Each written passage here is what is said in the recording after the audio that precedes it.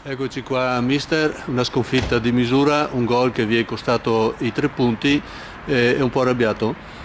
Arrabbiato sì, perché come dicevo prima il suo collega è già la terza o quarta partita, sia che quando abbiamo pareggiato che quando abbiamo perso, soprattutto ma che prendiamo gol alla stessa maniera.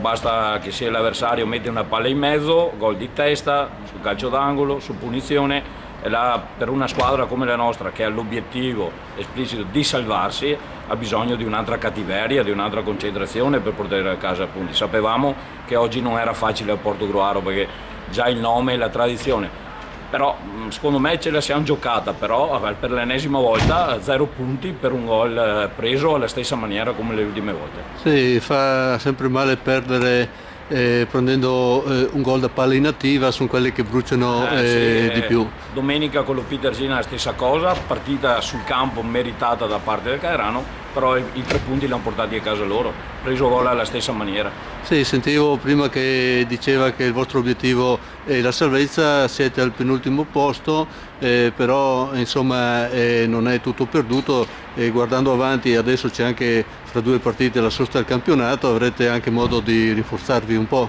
No, penso di sì, soprattutto domenica abbiamo uno scontro diretto con i nostri cugini del San Gaetano, dove ci conosciamo tutti, però la partita adesso diventa sicuramente importantissima per noi e anche per loro. Giochiamo in casa, speriamo di ripetere prestazioni in casa come abbiamo fatto altre volte e non prendere certi tipi di gol che non dobbiamo prenderli per questa categoria, perché veniamo puniti ogni volta.